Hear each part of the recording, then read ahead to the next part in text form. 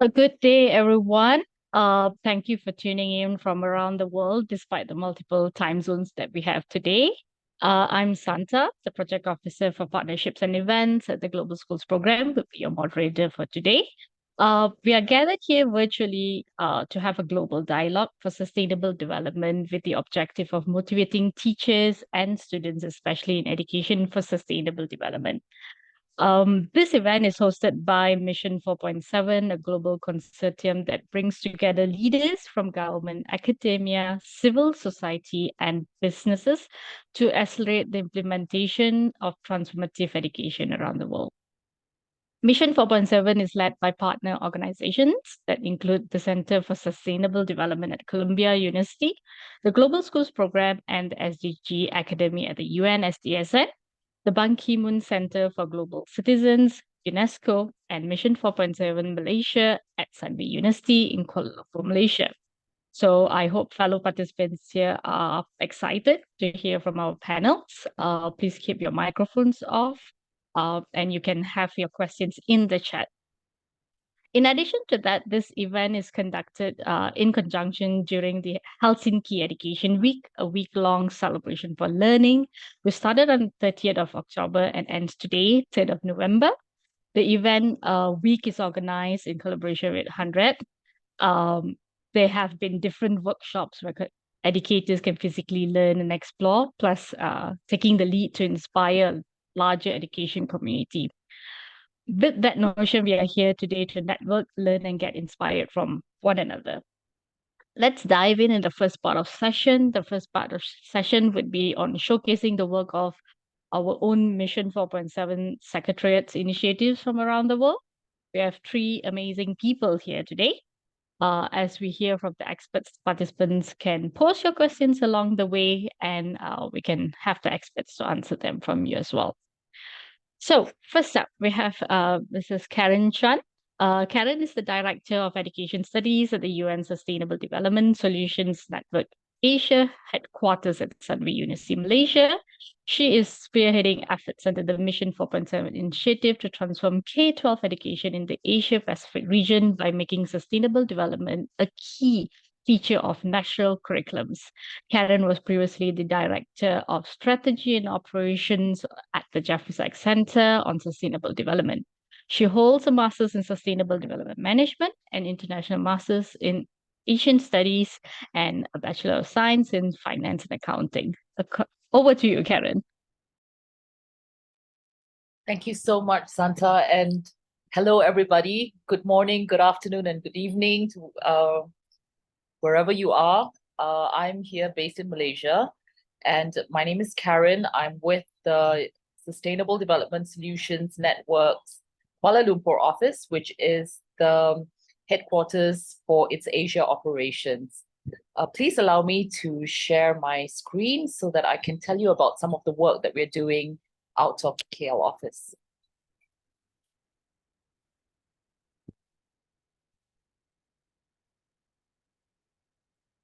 Okay, is my screen visible? Thank you. Yes, Karen.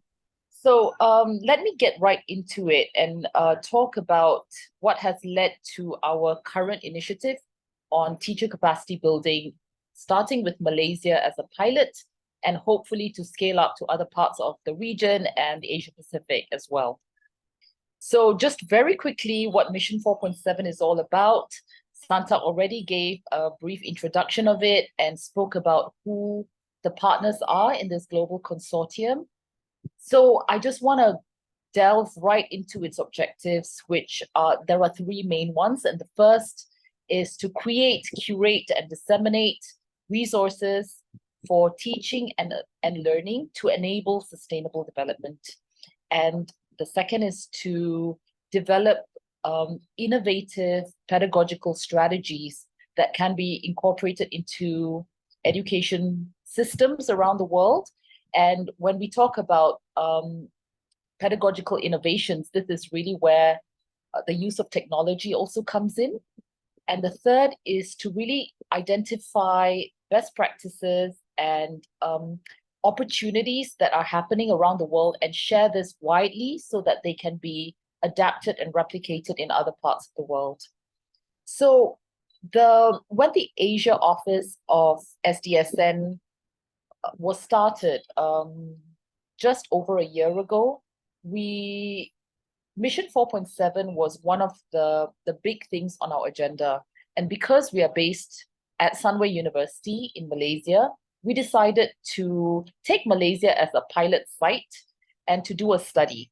So we began the study, and what we aimed to do through this study was to determine what is the status of education for sustainable development in our K through 12 education in Malaysia, and identify what are the gaps and the opportunities for ESD to be more meaningfully incorporated. So we conducted the study, and we published a report about exactly 1 year ago. And there were 3 major findings from this report. So the first thing we did through the study is we mapped the curriculum, and we found that there were, in fact, elements of sustainable development that were very intentionally incorporated into the curriculum after it was revised in 2017. So the curriculum was revised in 2017, shortly after the adoption of the SDGs. And there was a conscious effort to incorporate meaningfully elements of sustainable development into it.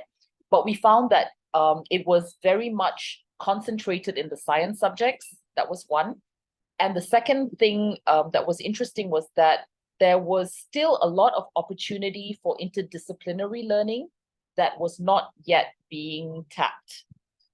The second interesting finding was, despite all these elements of sustainable development incorporated, when we spoke to teachers and we interviewed a lot of school teachers, we found that teachers themselves felt that they were not sufficiently prepared to deliver education for sustainable development in their classroom because they themselves did not have sufficient knowledge. And the third interesting finding was that even if teachers were ready and were passionate about incorporating ESD, they felt that the structures and the systems were not supportive of this. It was not part of their KPI, and in many cases, their school leadership were more focused on the factors that were part of the KPI, and most of them were to do with assessments. So they usually felt like they were in it on their own. So as a result of this, we then started to think about what could be an intervention for Malaysia that could also be something that would be useful for other countries around the region. Now, interestingly, Malaysia has a very comprehensive policy document. It's called the Malaysia Education Blueprint. It was released in 2013, and it was supposed to cover the period up to 2025. Now, in this policy document, ESD is not explicitly mentioned at all. However, there are 11 shifts that are proposed in this blueprint, and ESD actually aligns very well with 8 out of the 11 blueprints, even if ESD is not explicitly mentioned. So the point of the slide is to say that Mission 4.7 and ESD aligns with our policy. So that gives us a good foundation to start to build a strategy and work with the Ministry of Education towards incorporating it more meaningfully. Now, I want to delve into the role of teachers part. So this slide shows a study that was recently released by the World Bank, and Malaysia is somewhere here. This is where Malaysia stands. Now, on the y-axis is learning poverty rates. So for where Malaysia is in terms of the commitments it has made, as well as the level of development that it's at, our learning poverty rates are way too high for a country which is a high middle income economy. And learning poverty also has to do with the quality of teachers. So this again goes back to the fact where there are gaps in teacher capacity building. So this slide shows that when you have two students who are in the 50th percentile, they are average performers. If you put one under a high performing teacher, they would move up to the 66th percentile. While if you put the other one under a low performing teacher, they would actually drop down to the 34th percentile. So this was again from the same World Bank study. And the point of the slide is to show that the teachers actually play a very crucial role, and the capacity building component in ESD as well as in any other area is extremely crucial. So some of the common challenges when it comes to teacher capacity building is listed here, but I want to delve into two of them. The first is the access to high quality in-service teacher training. Most of the teachers who will be teaching in the next 2 decades are already in service now. So the need for capacity building for in-service teachers is extremely crucial, but it is a gap in Malaysia currently. The second is the knowledge of effective pedagogical strategies and innovations. So teaching strategies tend to be very traditional in Malaysia, and there is a need for capacity building for more innovative methods when it comes to pedagogy. So these are the 2 points I wanted to focus on. Currently, following this, the completion of the study, we are in the midst of developing a comprehensive teacher professional development program. And the main feature of this program is it will be really school-based. So our schools are very different and their circumstances are very different. A rural school is very different from an affluent urban school. So when we deliver this training, what we do is we go into the school, we deliver it in person, and it's delivered to all teachers regardless of what subjects they teach. And another feature of the program is we really want to encourage that the realities that are going on around them in the community, in their lived daily lives, are incorporated into the subjects. So we're not looking to change curriculum. What we're looking at is more of how do we use lived realities and incorporate those into the day-to-day teaching and learning in the classroom. Now, once we've done this, we are working with our partners around the region through SDSN's network and through the Mission 4.7 network to expand the use of the materials that we are developing, of course, adapted based on the needs of each country.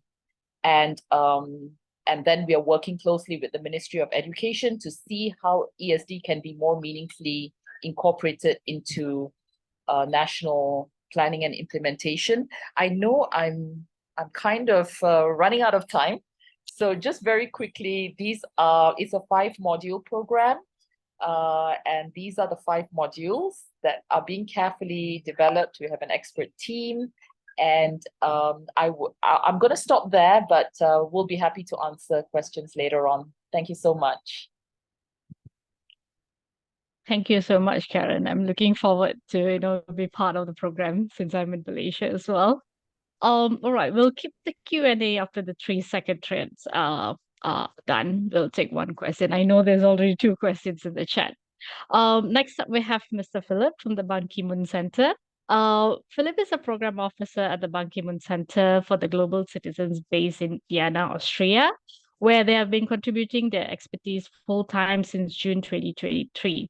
In this role, they manage a variety of programmatic initiatives with an emphasis on project coordination, grant writing, and partner engagement. He operates under the guidance of the Chief Operating Officer, ensuring meticulous oversight of budgets and events.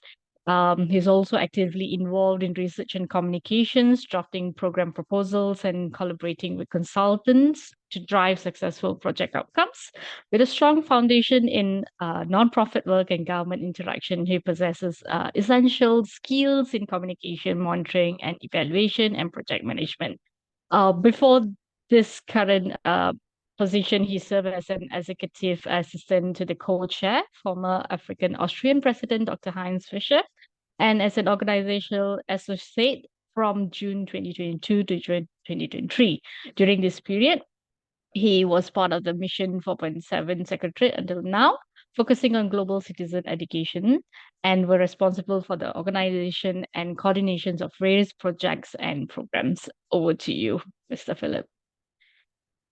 Thank you so much, Santa, and good morning, afternoon, or evening to all of you, depending where you are in this world. I'm speaking to you from rainy Vienna today, and it's an immense pleasure to be able to tell you a bit more about the work that we do here at the Ban Ki-moon Center for Global Citizens in Vienna, but our mandate stretches far beyond the borders of Austria and is indeed global.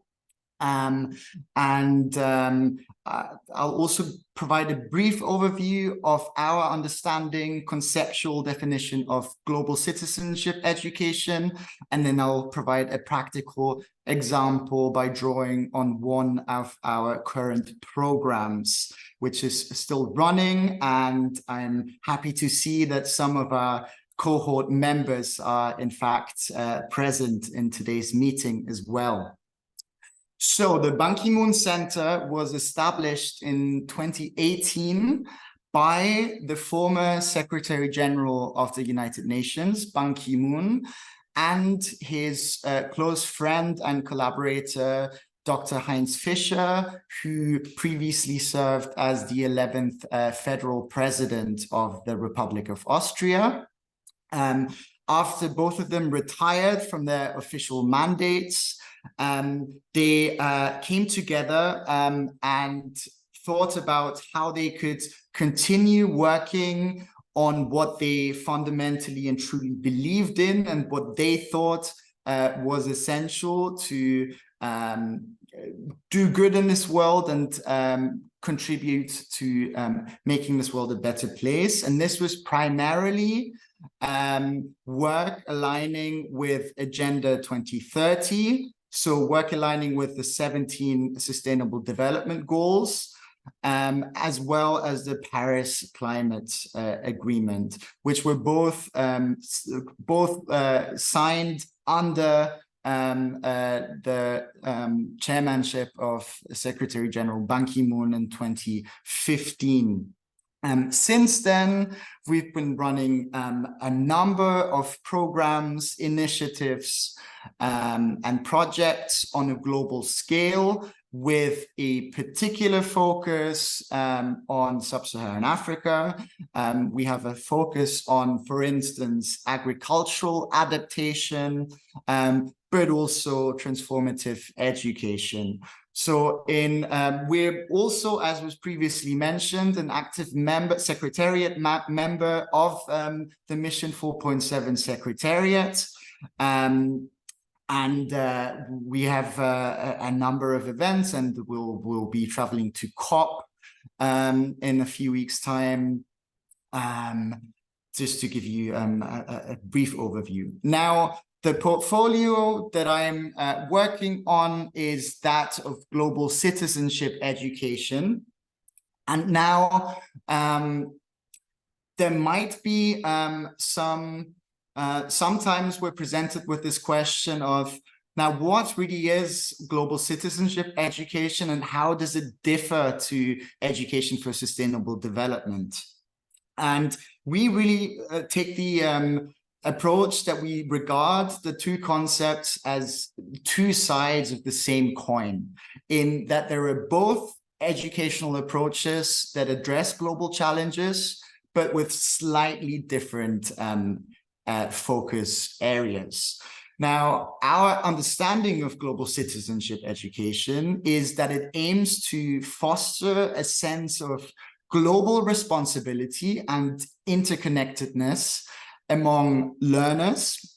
And it does so by focusing on developing a broad understanding of global issues, human rights, social justice, and cultural diversity. It also encourages individuals to actively engage with these issues, promotes empathy, and emphasizes the importance of ethical values and responsible global citizenship. Our co-chair, Ban Ki-moon, likes to succinctly describe global citizenship as acting both with passion and compassion. Now, education for sustainable development, on the other hand, primarily centers on sustainability and environmental concerns, and emphasizes teaching learners about the interconnectedness of environmental, social, and economic aspects of sustainability.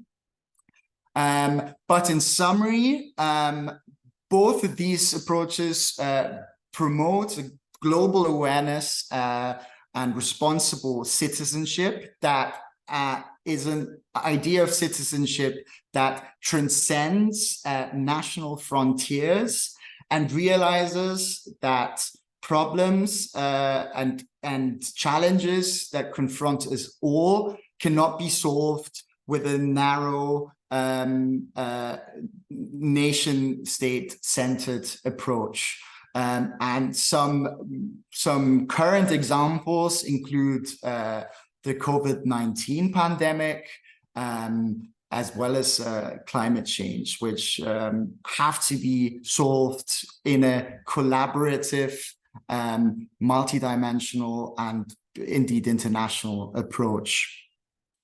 Now, so this is sort of the theoretical underpinning of our work. And to give you just a brief example of how we put this into practice, I'd like to just spend a brief moment to introduce you to one of our programs that we're currently running, which is entitled Learners to Leaders, Nurturing Young Changemakers Through Global Citizenship Education. This is a program that we started this year. It's a brand new program. And it consists of a cohort of 15 young changemakers from the sphere of global citizenship education, be it practitioners, educators, aspiring academics, or indeed students. This cohort consists, as I just said, of 15 young changemakers hailing from 12 different countries and 4 continents. And primarily, this program places a strong emphasis on the values of global citizenship education, focusing on fostering a sense of global responsibility and interconnectedness among participants. Now, some key features and aspects of this program include its firm rootedness in global citizenship education. And so we started this program with some virtual expert roundtables and workshops where we got industry experts to lay out a theoretical framework of what it is, what we talk about when we talk about global citizenship education. As well as elaborating on key concepts relating to global citizenship education. This is combined with practical experiences. So in addition to this online classroom-based learning, we came together and had workshops on project management and project ideation. For instance, we learned about how to create a vision and all the necessary steps that it really takes to make an idea become a reality. Because as the last and final step, all of our young change makers were endowed with implementing their own what we call GCED micro projects. And this is where our cohort spots a specific challenge in their local communities, and then comes up and develops a project proposal, which is then assessed by our experts. And following this initial appraisal, this project is set into action. And so this is really our practical way of making ideas become reality. And these micro projects are currently being implemented, and they range from endowing students in Ghana with technical and IT skills in the classroom, to sustainable food consumption, and many others. I encourage you to have a look at our website. I'll share a link to it, and you'll find much more information on the various micro projects on there. So overall, this program embodies the Ban Ki-moon Center's commitment to nurturing the next generation of leaders, who we're convinced all our cohort members are, and who are all committed to making a positive impact to the world. And in combining education, mentorship, practical experience, and advocacy, we hope in a collaborative way to create a comprehensive learning journey for our young change makers. I'll leave it there, and if there's any questions, I'll be happy to go into them in more detail later on. Thank you. Thank you so much, Mr. Philip. I'm glad to see like a few participants from the program here today as well. Moving forward, I would like to introduce another secretary of the Mission 4.7, Mrs. Amanda Abram. She is the director of the Global Schools Program and founded the Global Schools Teachers Advocate Program for teachers and educators to bring SDGs within school communities, curricula, and operations. Previously, Amanda has held positions with the Chilean Ministry of Education and worked on the U.S. Department of State's International Exchange Program for young leaders from Africa and the Middle East. Apart from being one of the top 15 selected change makers as Wise Emerging Leaders 2023, she is a Fulbright Scholar recipient, a UNCTAD Youth Delegate, and NAI Environmental Education 30 Under 30, and a Global Ambassador for Quality Education on behalf of the UN Foundation. Amanda is a published author and holds a Master's in International Affairs from Columbia University and a Master's in Public Administration from the London School of Economics. Over to you, Amanda. Thank you so much, Santa, for that very nice introduction. It's really wonderful to be here. I'll keep it short so we can also get to our panel discussion of education experts that we have here today. So as Santa said, I am the director of the Global Schools Program, and we are an international network of schools building a community of practice of teachers and students. And we are also a Mission 4.7 Secretariat member. And really the mission of the Global Schools program is to promote education for sustainable development in school communities across classrooms, teacher training, and in school operations across the whole of school environment. We also strive to really bring teachers and educators and their voices to the United Nations as best as possible, as we are part of the UN Sustainable Development Solutions Network. A lot of the work we do revolves around providing resources, lesson plans, activities guides, trainings, and hosting pedagogical sessions and webinars for our network. So why do we do this? Because there is ample research here on education for sustainable development and environmental education, specifically promoting increased mental health outcomes for students, more student academic achievement, and many other potential benefits for education as well as the world as a whole in society. And I want to just give you a brief definition of how we think of education for sustainable development at the Global Schools program.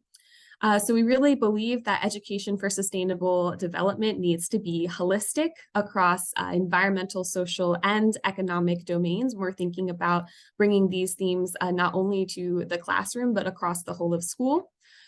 Secondly, we also believe that it should be local and adapted to geographic, political, social, and cultural settings in a school environment that could be formal or non-formal. We also believe it should be multidimensional, encompassing all domains of learning from the cognitive, socio-emotional to behavioral domains, and also across both the stated and implemented curricula that we see happening in the schools that we work with across the world.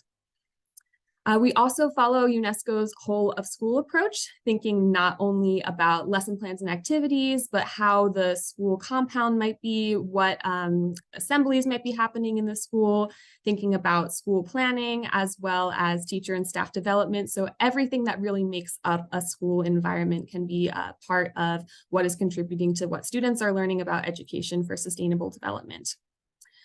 We also believe that it should be interdisciplinary across all subject areas and really embracing active-based pedagogy.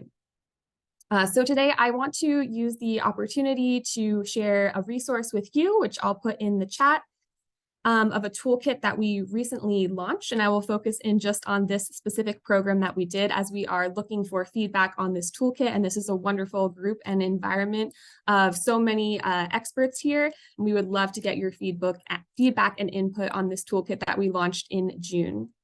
So this was born out of a research project that we did in Morocco, Ghana, and Turkey, partnering with the Mohammed VI Foundation for Environmental Protection, Al Akawan University, Hesepte University, the University of Winneba, Ghana, and the Millennium Promise Alliance.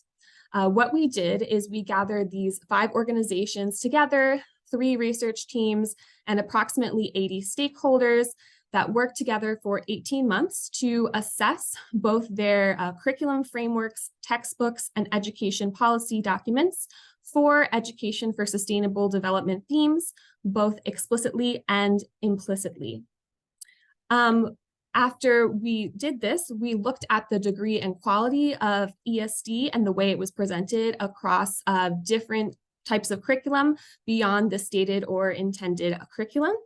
And we came up with 3 specific country reports on the outcomes of this project individually for the country team in Ghana, Morocco, and Turkey. Pooling all of this together, we developed a toolkit, which is now a blueprint for assessing or adapting curriculum to ESD themes. We understand that ministries and experts have their tried and true processes for adapting curriculum. So this is not meant to be beyond a blueprint, but just a document of what things are relevant for quality ESD.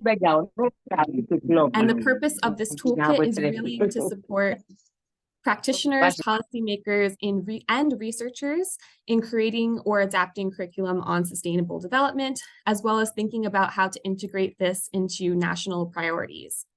The toolkit is titled From Commitment to Action, Integrating Sustainable Development into National Education Priorities, a practical guide for policymakers, practitioners, and researchers. And this was also authored in partnership with our country directors, as well as Dr. Felisa Tibbets, who is a chair in human rights education and UNESCO chair in human rights education at Utrecht University in the Netherlands. Usually I would do a whole entire presentation on this toolkit and the different sections, but what we are doing right now is trying to get this out to different education practitioners in different forums for feedback on this toolkit and how we can create supportive mechanisms and blueprints for national actors as well as researchers and practitioners to really think about education for sustainable development in their curriculum and also across their entire localities. So I will share my email in the chat. Please take a look at that, and please feel free to give the Global Schools Program and the UN some feedback on this toolkit, and we would be really happy to gain kind of the expertise in this room. I will also share the link to the Global Schools Program so you can look specifically more into 3 country research projects and those outcomes in Ghana, Morocco, and Turkey. So thank you so much.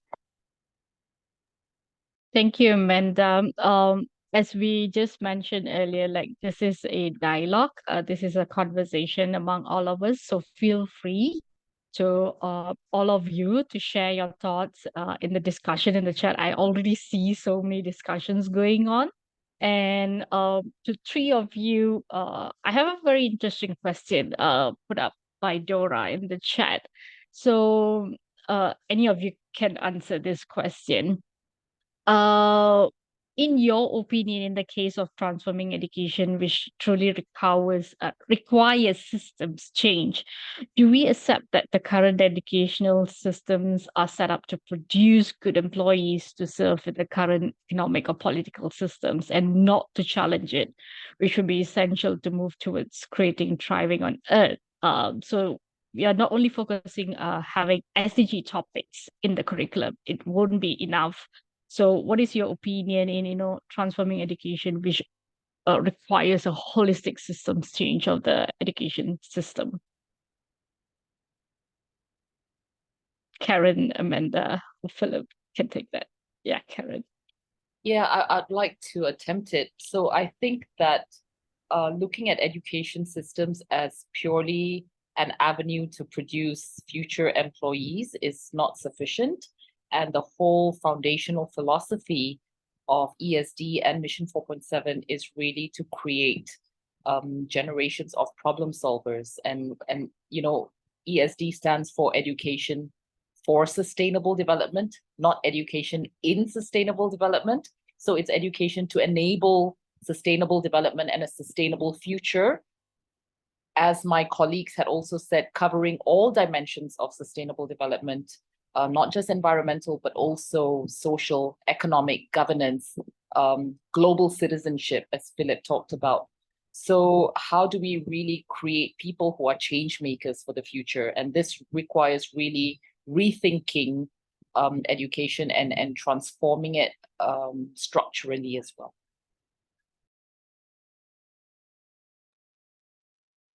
Thank you, Karen. How about Amanda and Philip? Yeah, I can jump in. I think, based on the principles, how we really interpret education for sustainable development at the Global Schools Program, we do really think that, this has to go beyond the classroom. And it is true that the current educational systems, many of them are just prioritizing, how you get students to the workforce, how you get them maybe to higher education. And it is important to challenge it. At the same time, different schools, as Karen mentioned in her presentation, are at different levels of what they can do in the community, sometimes based on safety or other things like that. So as we also, as a huge school network, try to give the schools flexibility and the teachers also when they're participating in our programs to carry out projects on ESD in the ways that are best for them.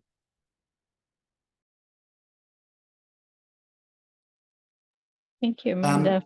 If I may just perhaps make a very brief point, while of course we're focusing to a large extent on formal education contexts, what we're also focusing on are informal and even non-formal educational contexts. And within all these spheres, we're trying to put a particular focus on experiential learning. So really promoting hands-on and experiential learning opportunities that allow learners, not just students, but learners in general, to really apply knowledge about sustainability and global citizenship in real-world contexts.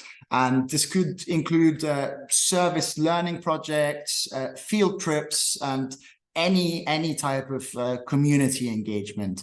And some of our micro projects focus particularly on issues like that and are implemented outside a formal learning or educational environment in local communities. Thank you so much, Karen, Amanda, and Philip. So we have already heard from the Secretariat. Thank you for your time as well.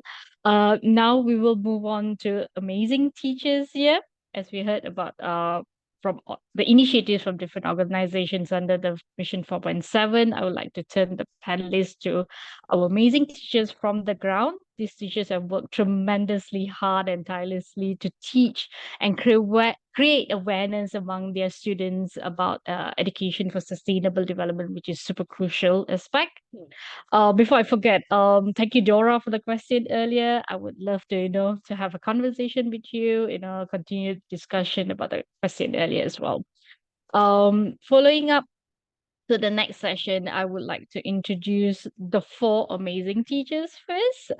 We have Miss Stephanie Lynn Edwards, Mr. Yaya Dama, Mr. Ronnie K. Anthony, and Miss Purvi. So bear with me. All of them have long bios because of their amazing work out there. So first up, Miss Stephanie Lynn Edwards.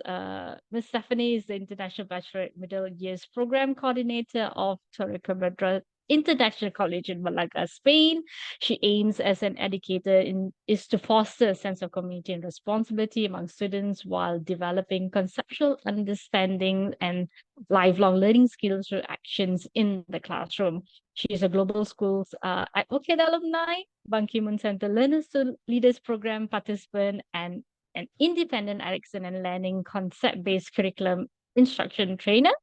Last year, Stephanie acted as the sustainability coordinator for her school, guiding teachers as they incorporated ESG in the curriculum school-wide for students aged 3 until 18. Next up, we have Mr. Yaya Dama. He is an highly experienced teacher of English to speakers of other languages from Burkina Faso, West Africa. He has been working for national and international schools, universities for 9 years. He currently works for the ENCO Education Group, which is the largest network of international African schools offering the IB diploma program in Africa as an English teacher.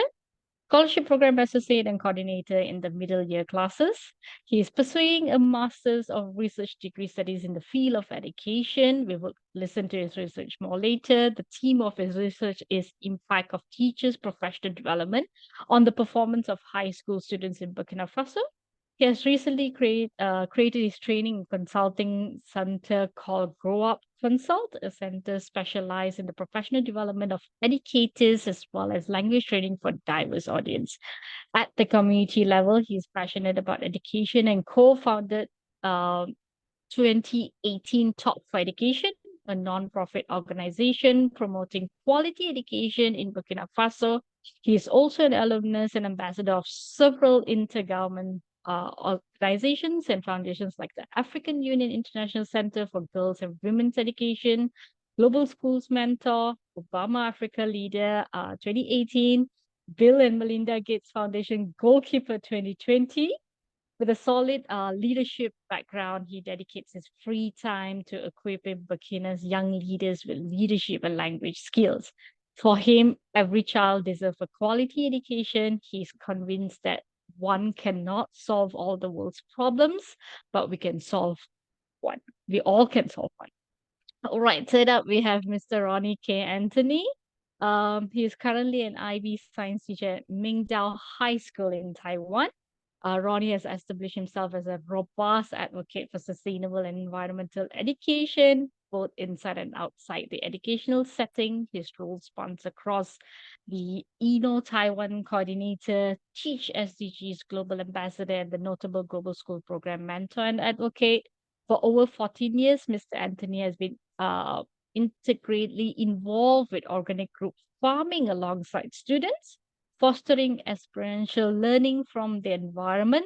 This hands-on approach not only enriches their knowledge, but also ingrains in them in significance of community involvement, living by the mantra, act locally, think globally. He has emphasized the importance of students being actively rooted in localities, maintaining the global perspectives. Mr. Anthony's remarkable contributions to climate awareness haven't gone unnoticed. As a testament to his efforts, he was distinguished as a climate action school champion and took pride in receiving the Project Green School USA award in 2021. His commitment to think sustainability shines further in his roles such as ETC Eco Training Center, Sweden Taiwan coordinator, and Act Now Taiwan coordinator.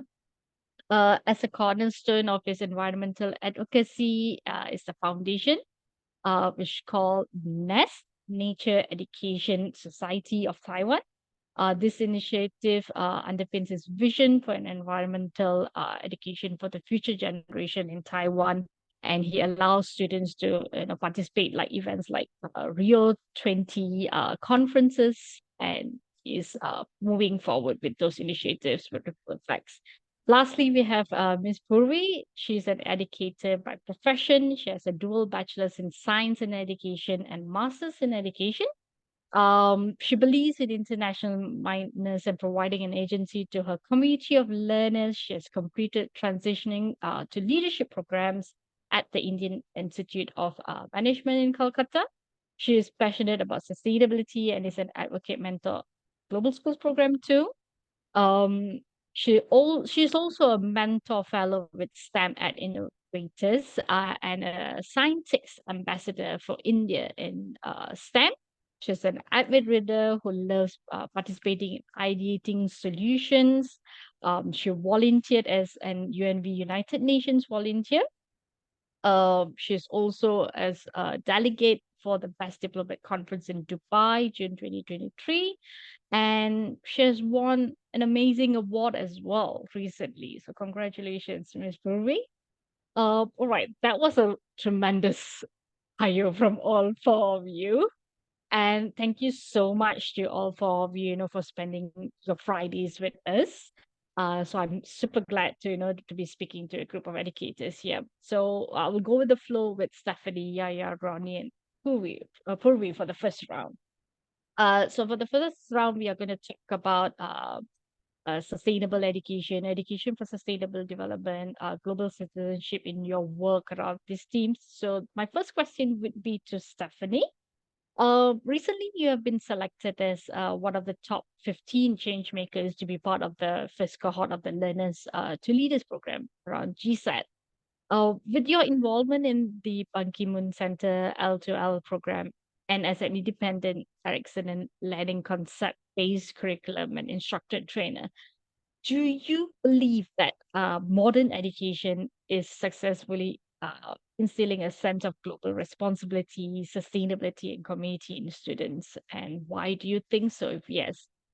And can you share your experience on how can we ensure that this broad concept translate into actionable steps for educators worldwide? Well, first, thank you for the question, Santa.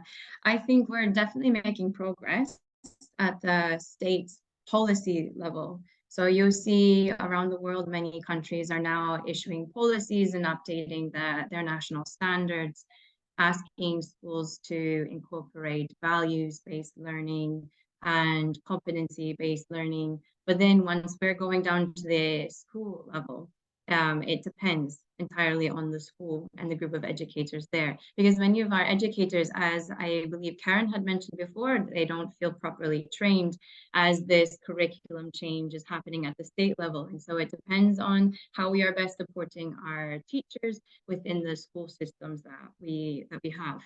So some strategies that we've been using is first, Philip actually had mentioned how necessary it is to have a values statement. So if you are an educator and a leader in your school and you have the power to adapt your school vision, it's really important to develop a school vision statement and to see if you already have one, if it's aligned with sustainability, if it's aligned with creating a sense of community or not. And then Amanda had also mentioned how we're taking a whole school approach.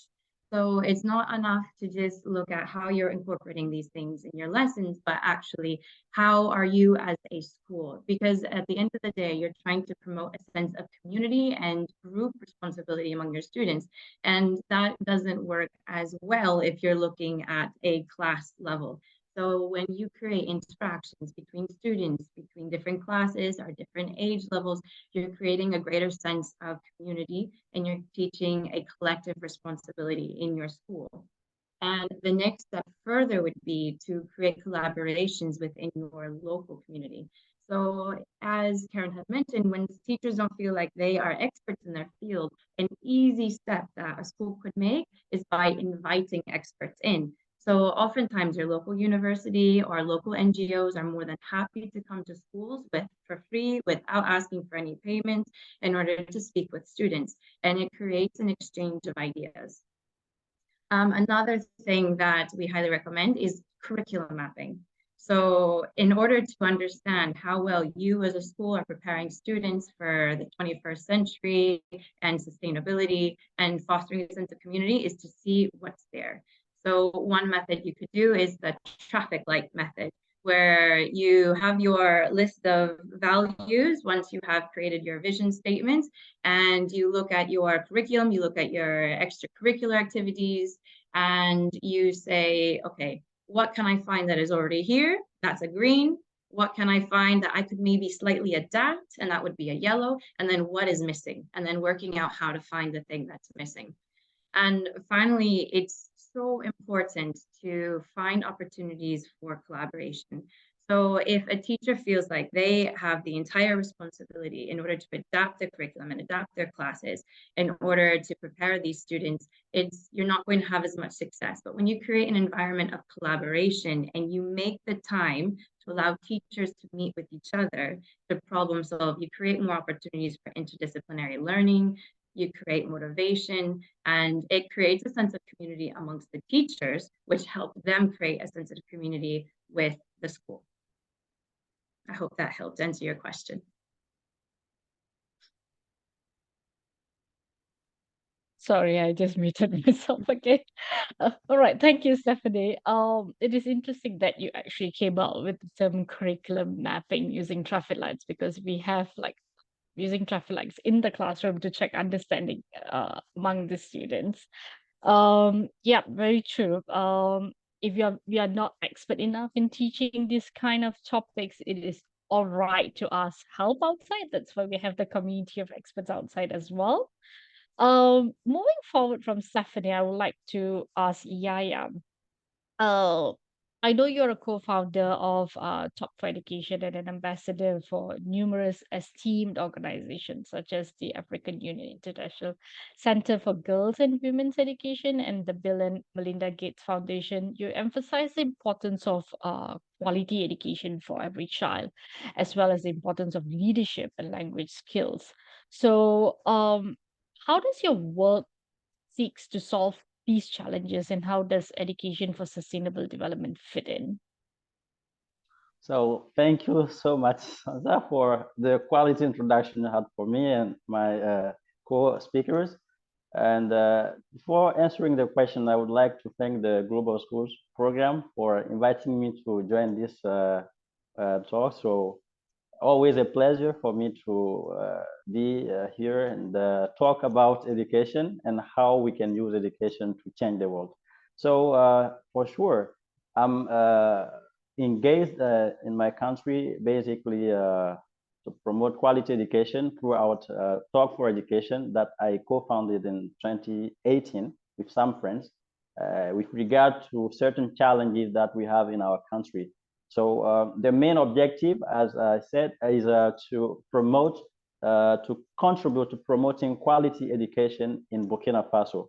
But now, when I'm talking about quality education, what do I really mean by that? So it's a type of education that normally should equip so the beneficiary for our programs to have skills and values so that allow them to be change makers in their different communities. So how do we make sure that we are working to achieve those goals? So we have a list of different programs that we initiated. So we have already implemented some of them, and we are still working on some, and some also are coming ahead. So, but talking about the importance of quality education. So we all know if someone has received a quality education, I mean a type of education that allow the person to first of all be aware of the challenges that are in his community and have skills that allow the person to be useful to himself or herself and bring solutions to solve his community problems. For me, that is very important. But to be able to do that with Talk for Education, so we have initiated reading literacy programs so that we try to implement in different schools, so to help kids to learn how to read and also to read books, because the power of reading is tremendous, is really important when you give the opportunity to kids and students to learn. So you are giving them tools to discover the world and learn from other people's life and also be solution and change makers in their community. So we have programs like reading literacy programs. So we also have we create clubs.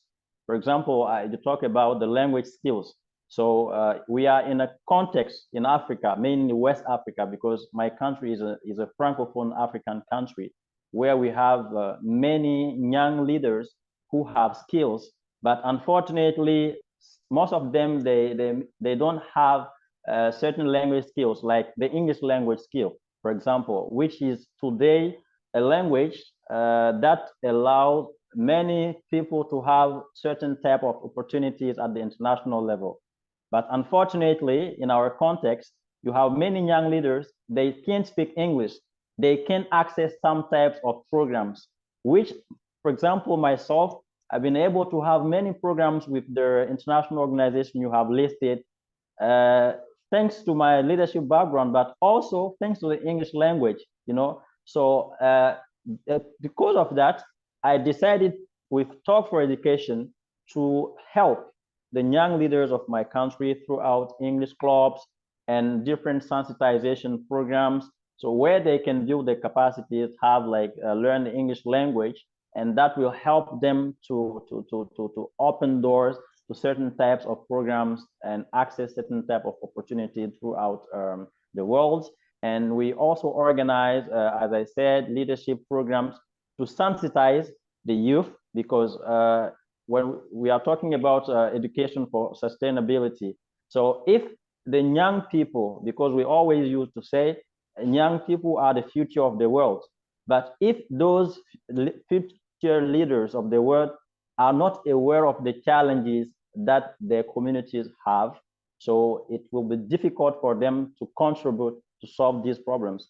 That's why we make sure that we sensitize the youth on the challenges that their communities are facing. But now as a teacher, also as a teacher, and thanks to the Global Schools program, that I really think, because I was able to have quality training with the Global Schools programs, that allowed me at Enco Education, basically in Burkina Faso, to train my colleagues, like the other teachers, to first sensitize them on how they can also contribute to change different things. So I helped them, I shared with them a lot of strategies on how a teacher can incorporate the SDGs in his lessons and help the students. Also was able to create the first SDGs club of the school and of my country in Burkina Faso. So to allow the students themselves to be leaders, to be leading the SDGs club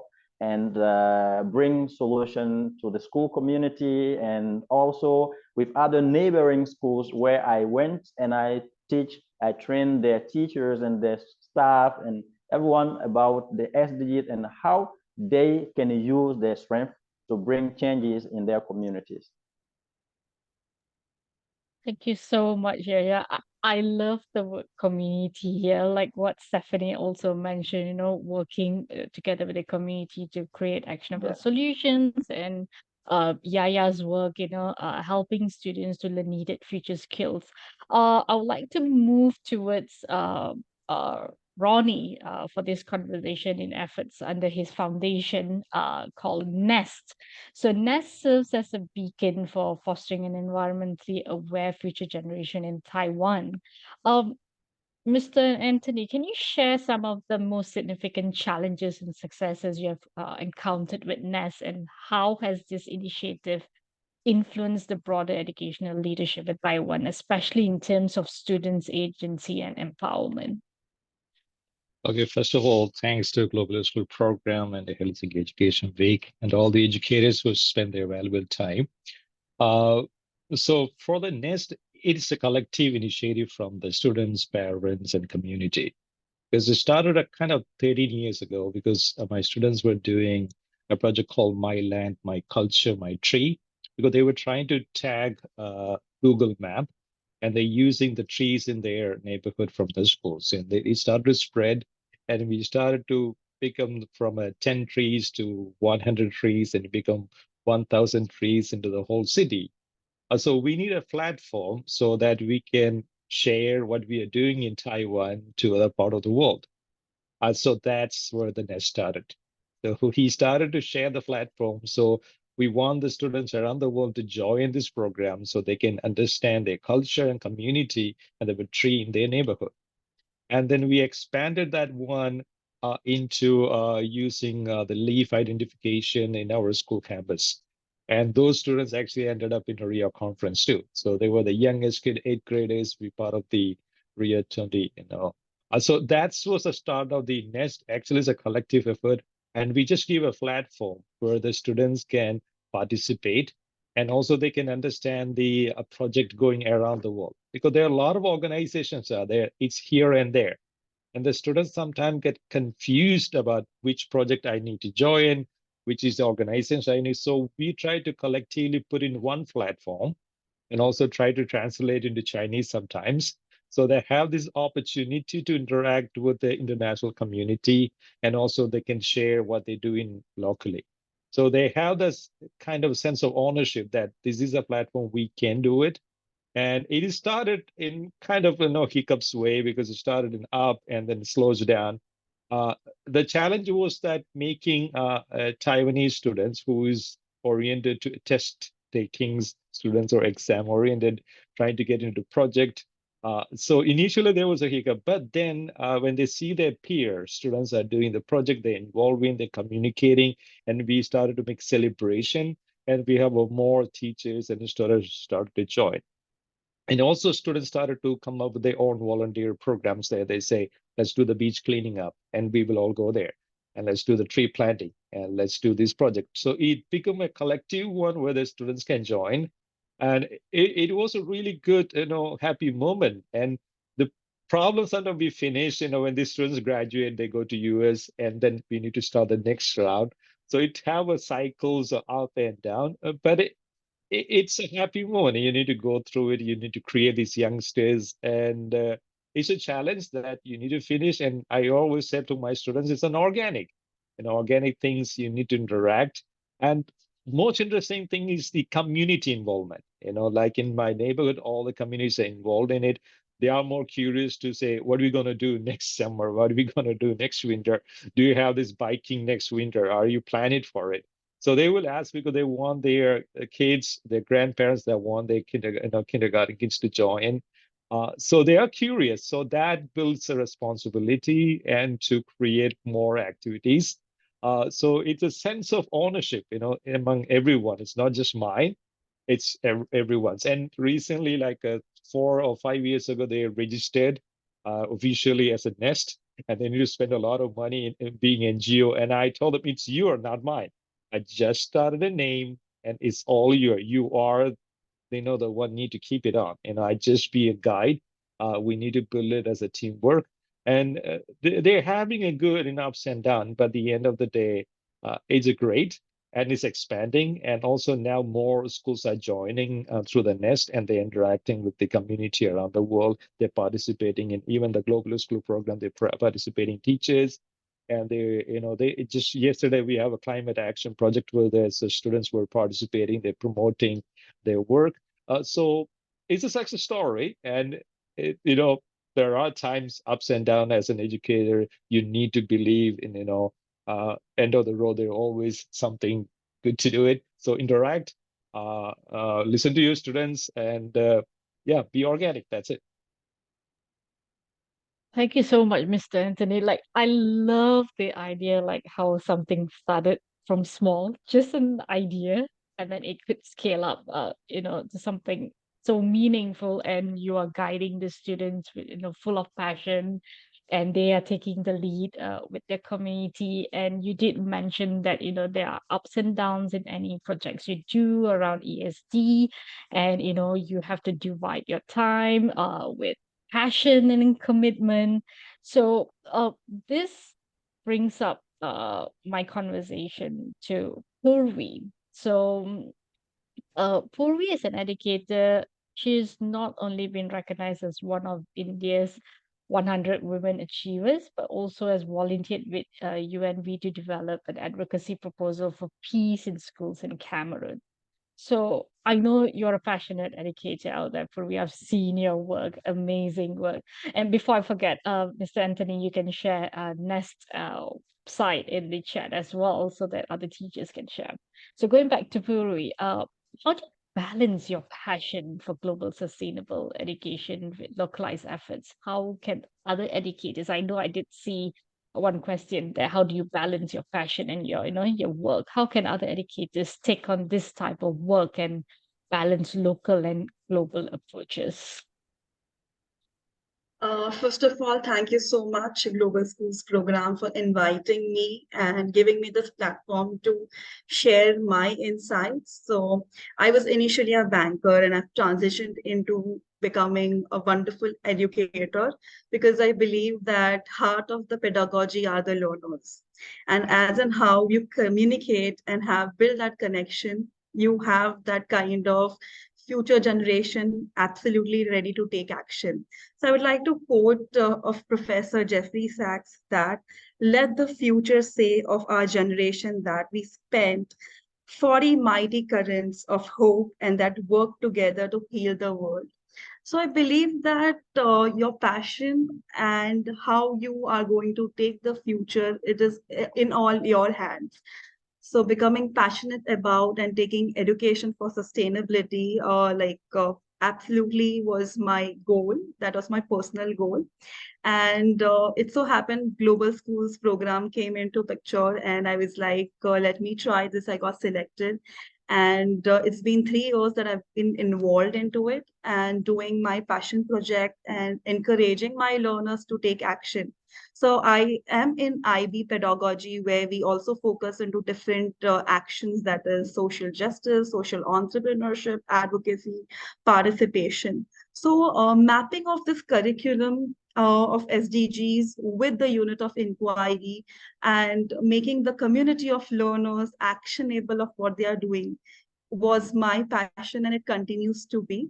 So what happens here, what I do is build on to what my learners already know.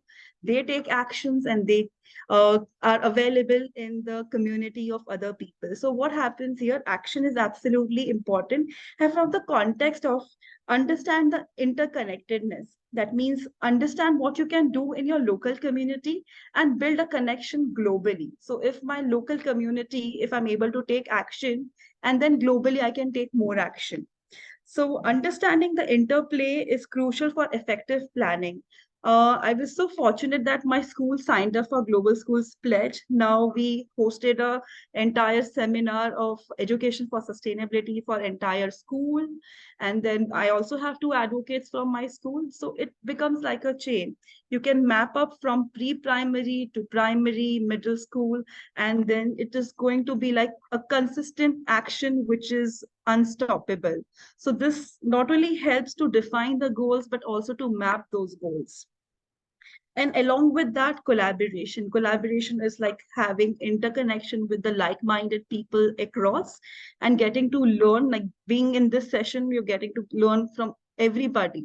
So you build that professional learning network and you grow with the community. Using technology wisely, like we say, little is more. Using technology to inculcate, translate, create, and innovate. So that helps to bring action in a more sustainable way. Teaching global perspective. So everybody's voice matters, and I give that opportunity to my learners to ensure that whatever they are doing, they take the onus or shared authority, and they are accountable of what they are doing and ensure that whatever they are doing, they're doing it in a most appropriate way. And absolutely important for learners. And like I tell myself, not as an educator, but as a learner, because I'm always learning and growing with my other educators. So professional development is absolutely important.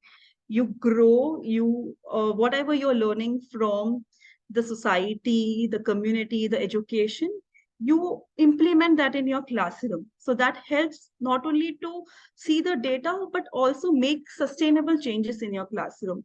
So it's pretty, the funda is pretty simple, that try all the methods for the benefit of the learner, so the future citizens of the world know what they are doing. So they are accountable of their action. Thank you so much. Thank you so much for Ray. So we'll dive in straight to round two because of time constraint. We have like 15 minutes left, so each of you will have like 3 to 4 minutes to answer the next question. So I will go back to Mr. Dama. So your research, I want to talk about your research, Mr. Dama. I hope you are there. Your camera is not on. Your research Yes, I'm focuses here. on the impact of teachers' professional development on the performance. So, what are some key factors and strategies in professional development that have been the most significant influence on students' outcomes? Okay, so thank you so much. The factors that are most important to for the student are basically the teaching and learning strategies.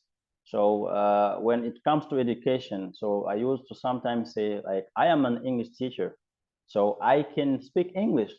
Being able to speak English is one question, but being able to teach English to others is another question. Is an art, because if you don't know how to transmit the knowledge, so you won't be able to have the expected result. So that's why the professional development of teachers should mainly focus on teaching and learning strategies, like how to implement teaching and learning strategies where the students are in the center of the learning system, but not a system where the learning only focuses on the teacher or on the teachers themselves. So make sure that you are using a teaching and learning strategy that is really student-centered. That is the first factor I think is important when it comes to teachers' professional development.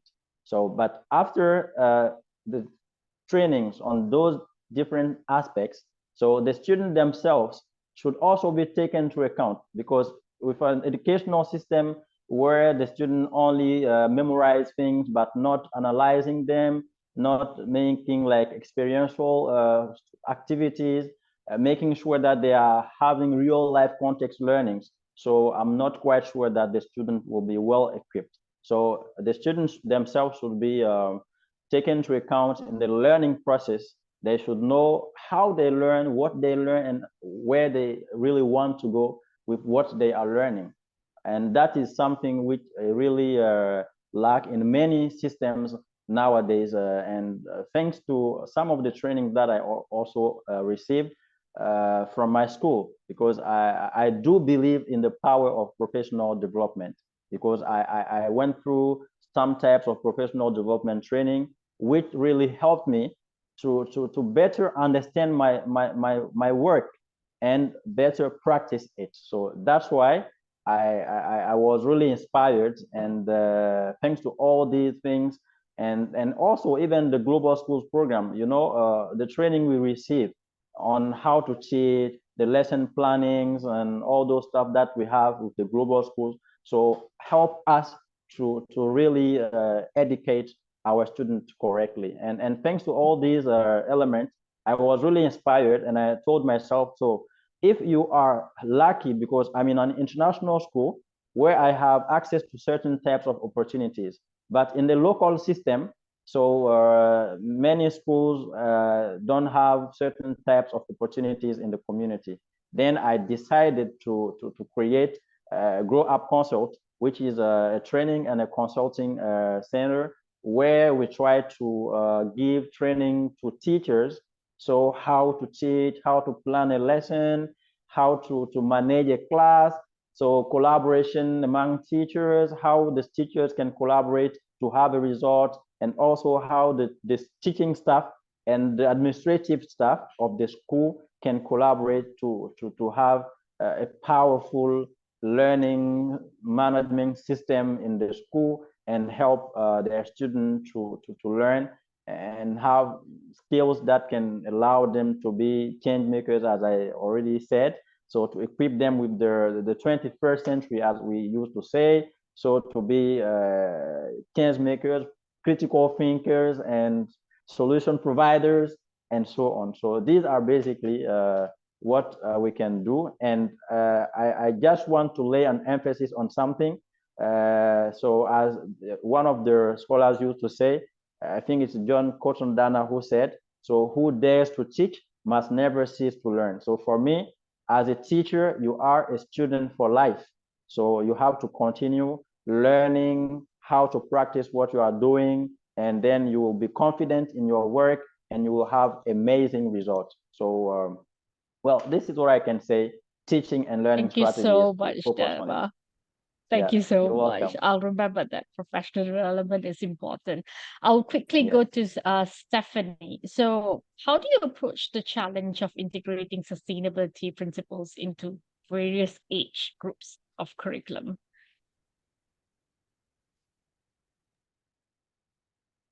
Thank you, Santa. That's a hard one, because for many teachers, as you know, teaching preschool age children can be very, very different from teaching high school age children. So one of the things that I think is important for all of us as we want to start incorporating education for sustainable development into our schools and into our classrooms is to take the time to learn and understand the key competencies for sustainability. They're available in a really high quality document from UNESCO, and there are eight different key competencies, and I'll give you systems thinking as an example. So systems thinking is it's not critical thinking. It's critical thinking, but it's more specific and understanding the interactions in systems. And my teachers had a lot of difficulty with this last year. So what we did was we looked at systems thinking, and then we broke it down into the different age groups. And then you can look at it and you see, actually, we do teach some of these items inside our classroom already. You just have to go that final extra step to incorporate sustainability. For example, in preschool system thinking, when you're learning about families and the roles of families, that's an example of a system. A family is a type of system. So then you go and you start thinking about how you can incorporate that with sustainability, and think how you can treat others with respect. And that's something that automatically tends to happen in the lower preschool level. Then when we go to 6th grade, instead we were learning about the town and the community. And we actually sent our students out into the town in order to develop surveys and get feedback from people. And then we had our students do a role play. And in their role play, they had to represent different members in their town. And then they needed to try to come up with a solution to a local problem. And the local problem we gave them is that we live in an area suffering from a drought. And when suffering from a drought, town halls often have to make water restriction decisions.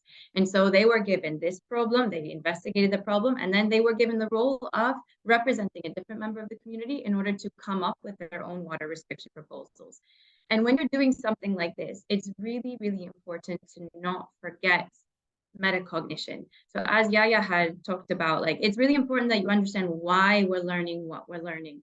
And this is true for students as well. So it's not enough to do the activity where you're interacting with one of those competencies like systems thinking, but then you have to do the final step and you have to have them reflect.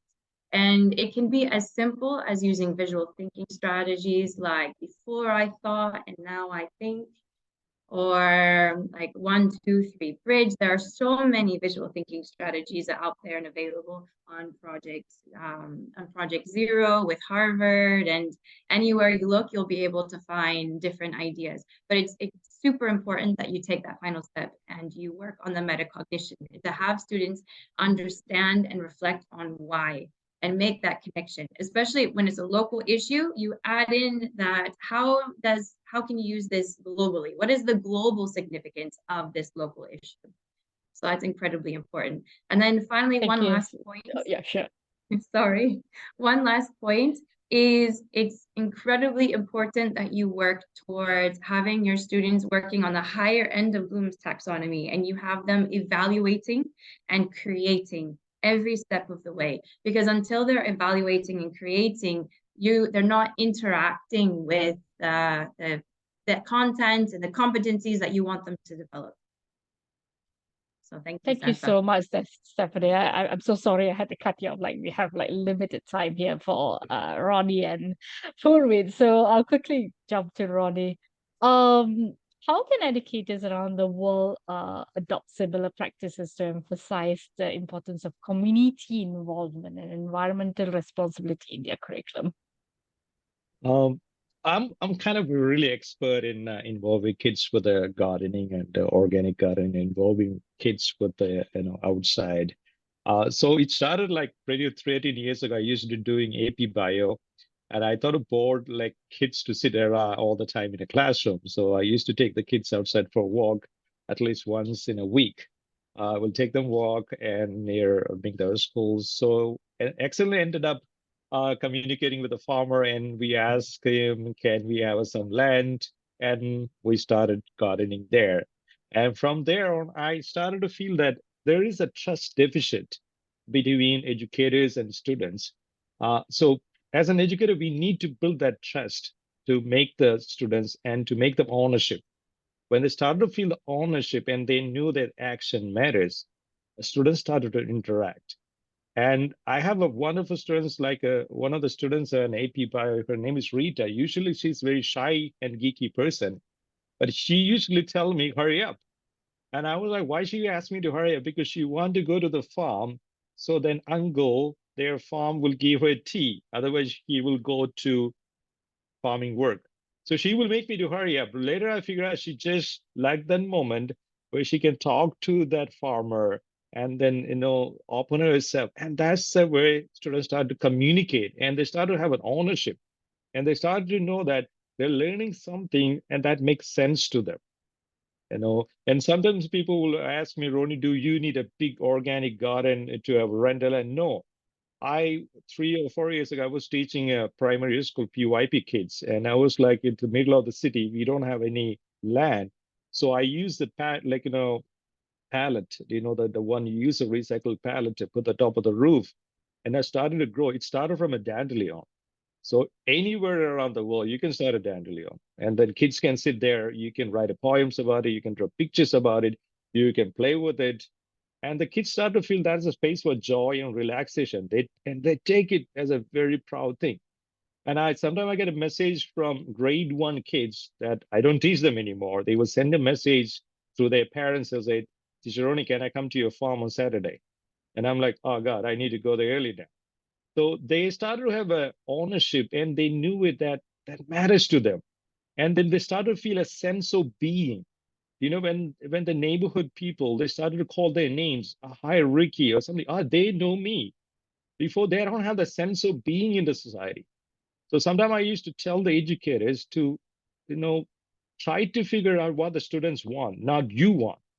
Because even I want to put an SDG goals, I would say, no, it's not the SDG goal I want. I just want to know what you think is important, that what makes you a sense.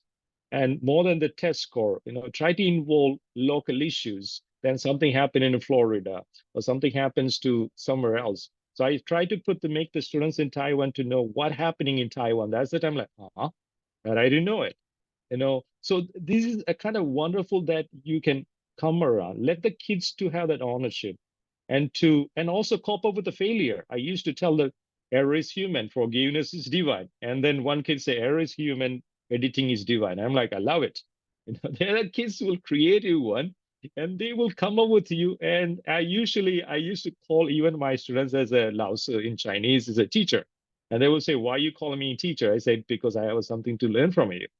And they will like, that I didn't know that. They evolve. And, at the end of the day, you can see more smiling faces. And please don't think that age matters. Even sometimes grade 1 kids will give you great idea. Just open to it and just cherish the moment. And learn from the neighborhood. Involve the kids in their local neighborhood. Let them talk to their parents, grandpa, grandma, and neighbors, then Googling everything. And I think then it become more student oriented. If you have any question, please feel to ask me because I know we are running out of time. Yes, yes, thank you, Ronnie. I currently teach at the Chinese vernacular school, and I love how the community get involved. I'm learning Mandarin at the same time, so good to know. So moving quickly to Purvi, given your variety of experience in STEM education, how can educators be prepared to integrate the concept of STEMs in their curriculum and foster international mindfulness among their students? Yeah.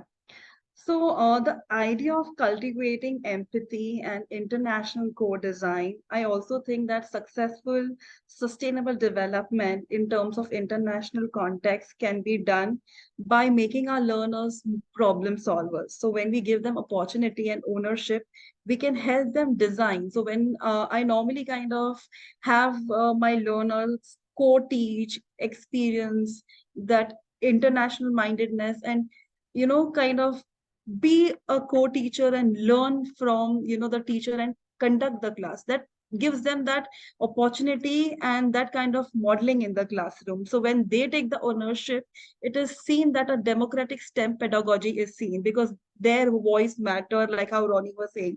When the student get that community feeling, their voice, the ownership, that all is seen consistently. And that also horns on the problem solving part. And like I said, innovation, the STEM fields are in forefront of the innovation and technology. So technology implementation also helps in terms of bridging the gap. We as, connected globally, we have a couple of collaboration with different schools in our unit of inquiry. So that helps us to showcase what we are doing with the different schools across the globe. So this helps to build a communication, sharing of the practices, sharing of the pedagogy, and here technology is also taking into consideration. So it's not just only we're talking about the science, technology, engineering, and math, but it is the STEM is there visibly, invisibly across. So we integrate in terms of data collection, including math, all of it together. So cross-disciplinary collaboration. So sustainable development often requires collaboration, like I said, in all multiple disciplines. And adding on to environmental awareness in terms of STEM. So I have recently partnered with Jumki Basu Foundation, wherein as educators, I kind of train other educators for understanding the democratic STEM pedagogy.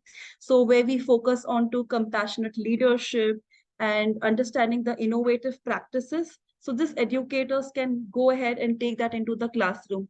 And then they showcase something called as the windows in the classroom, how the design thinking ideation actually went through to create a different kind of experience from the learners. Because when they kind of have that question session empathy interviews with the learners, and that, eye-opening questions really matters, and that's how the entire integration of inquiry changes. So yeah, I'll keep it short since I know understand the time limitation, but STEM is something which is easily accessible, but we have to map that along with sustainability.